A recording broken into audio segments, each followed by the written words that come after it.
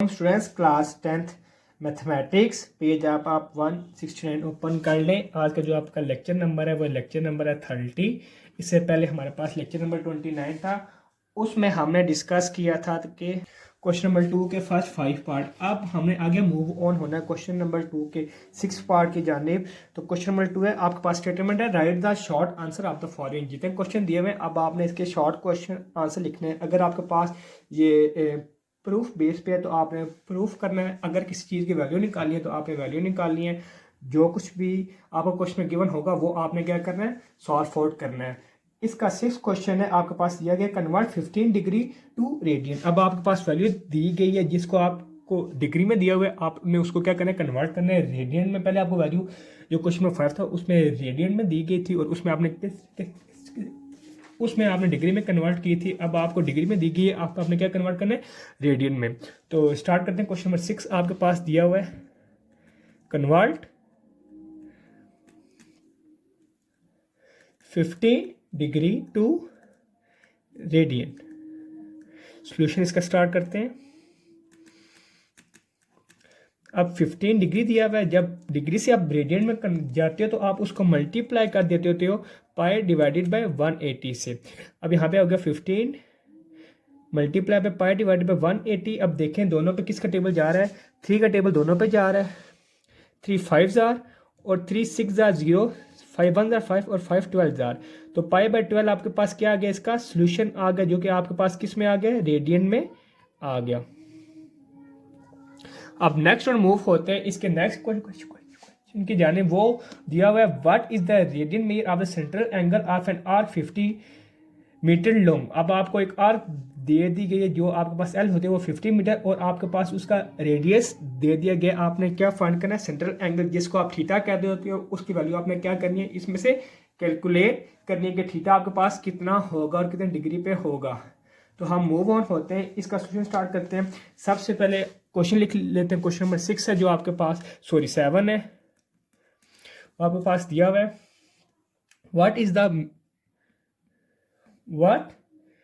Is radian measure of the central angle of an arc 50 meter long on the circle of radius 25 metre. इसका solution start करते हैं और हम देखते हैं कि आपके पास क्या क्या चीज़ गिवन है। सोल्यूशन इसमें आपके पास जो एल दिया हुआ है वो आपके पास दिया हुआ है 50 मीटर, थीटा आपको नहीं पता और आर आपके पास दिया हुआ है 25 मीटर। अब आपको पता है फार्मूला हमने पढ़ा था एक्सरसाइज जो हमने प्रीवियस की थी, कि आपके पास होता है L is equal to R theta. अब थीटा गिवन, आर यहाँ पे मल्टीप्लाई हो रहा है, इधर आके डिवाइड होगा, theta is equal to L divided by R. Simple आप पुट कर दें वैल्यू, एल की आपके पास 50 है और आर की क्या आपके पास 25 है। 25 1 जार 25 2 जार, तो थीटा आपके पास क्या आ गया, 2 रेडियन। ये था क्वेश्चन नंबर 7। अब हम नेक्स्ट मूव ऑन होते हैं इसके नेक्स्ट क्वेश्चन की जानिब, जो कि आपके पास दिया गया है। आपके पास नेक्स्ट क्वेश्चन इसका दिया गया है।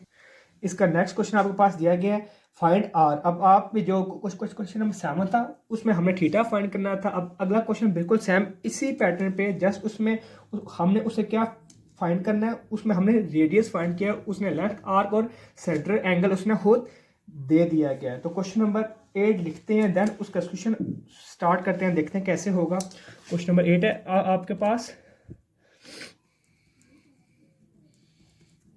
Find R when L is equal to 56 centimetre and theta is 45 degree. आपके पास फार्मूला होता है, सोल्यूशन स्टार्ट करते हैं। L is equal to R theta. सबसे पहले अब आप देखें जो थीटा आपके पास दिया गया वो आपके पास डिग्री में दिया गया, तो सबसे पहले आपने थीटा को कन्वर्ट कर देना है रेडियन में। अब थीटा को रेडियन में कन्वर्ट करने के लिए हम क्या करते हैं, हम इसको मल्टीप्लाई कर देते हैं पाई डिवाइडेड बाय 180 से। जब आप सिंप्लीफाई करोगे तो आपके पास पाई बाय 4 रेडियन आ जाएगा। अगर आप इससे सिंप्लीफाई कर दिखाना चाहते हैं तो आपके पास वैल्यू होगी 0.7854। देन जो आपके पास दिया गया है एल आपके पास 56 सेंटीमीटर दिया गया। फार्मूला अप्लाई करते हैं। अब आपने आर फाइंड करना है, तो आर इज इक्वल टू क्या होगा, एल डिवाइडेड बाई थीटा हो जाएगा।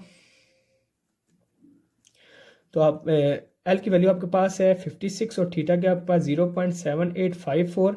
जब आप सिंप्लीफाई करेंगे तो आर का आपके पास आ जाएगा 71.30 सेंटीमीटर, क्योंकि आपके पास लेंथ 8 सेंटीमीटर में थी तो आपके पास सोल्यूशन क्या आया, सेंटीमीटर में आया।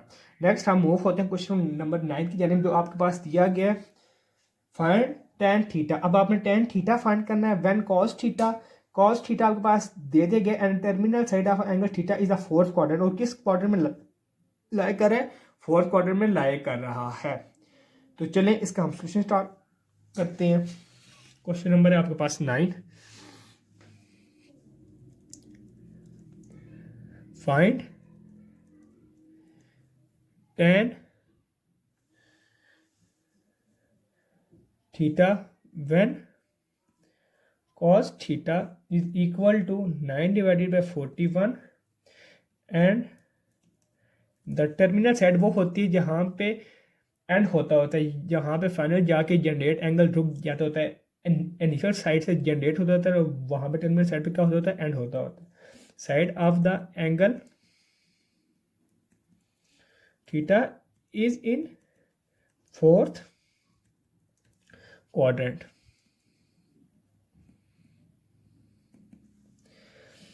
अब आपको पता है जो सॉल्यूशन, जब आपके पास cos थीटा होता है कर्ली वो बेस अगर हाइपोटेन्यूज होता है तो बेस की वैल्यू आपके पास 9 है और हाइपोटेन्यूज क्या है 41 है। तो अगर मैं इससे पैथागोरस थ्योरम फाइंड करूं परपेंडिकुलर फाइंड करने के लिए, तो मैं कैसे फाइंड करूं। सपोज कि ये आपके पास ट्रायंगल है, ये आपके पास हाइपोटेन्यूज 41 दे दिया, बेस 9 दे दी गई, ये वाली साइड आपने क्या करनी है, फाइंड करनी है। तो मैं इससे अगर by applying Pythagoras theorem applying Pythagoras theorem, तो आपके पास क्या होता था, थ्योरम हाइपोटेन्यूज का square is equal to base का स्क्वायर प्लस परपेंडिकुलर का स्क्वायर। अब परपेंडिकुलर नहीं दिया गया तो आपके पास हाइपोटेन्यूज 41 का स्क्वायर कर लेंगे और बेस यहाँ पॉजिटिव हो रही है तो क्या हो जाएगी, नेगेटिव हो जाएगी। तो चलिए ये आगे स्टार्ट करते हैं। तो आपके पास क्या हो गया, हाइपोटेन्यूज का स्क्वायर माइनस बेस का square is equal to perpendicular का स्क्वायर और taking square root on both side.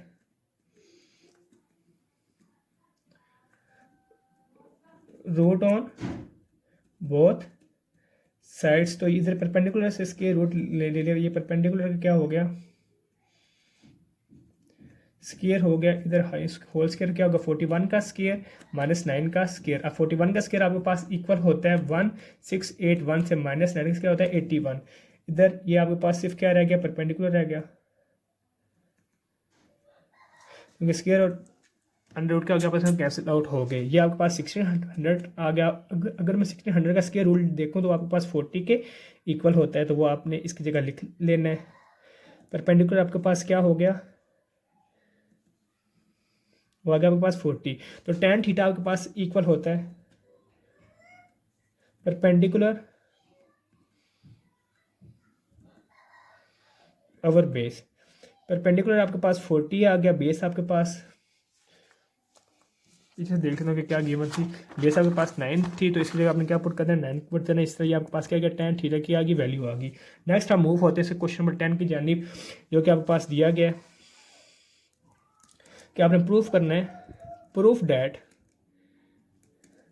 1 minus sine square theta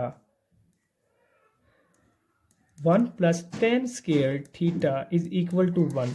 left hand side हम इस क्वेश्चन के लिए लेते हैं one minus sine square theta आपके पास इक्वल होता है कॉस स्क्वायर थीटा के, वो मैंने पुट कर लिया। 1 plus ten square theta equal होता है sign square theta divided by cos square theta के। जब मैं इनका एलसीएम लूँगा तो ये आपके पास आ जाएगा कॉस स्क्वायर थीटा। अब यहाँ पे 1 है तो 1 कॉस, ऊपर कॉस स्क्वायर थीटा आ गया प्लस साइन स्क्वायर थीटा आ गया। अगर आपको याद हो तो cos square theta plus sign square theta किसके इक्वल होता था, 1 के इक्वल होता था, तो इसकी जगह 1 पुट कर लो। Cos square theta 1 divided by cos square theta. अभी इससे इसका इक्वल टू 1, ये किसका हो गया, राइट हैंड साइड से इक्वल हो गया। इसी तरह यहाँ पे हमारा 7 चैप्टर एंड हुआ। अगर किसी बच्चे को किसी भी क्वेश्चन में कोई प्रॉब्लम है तो वो पता कर सकता है। आज के लेक्चर हम अपना यहीं पे वाइंड अप करते हैं, अगले लेक्चर के साथ हाजिर होंगे। अल्लाह हाफिज़।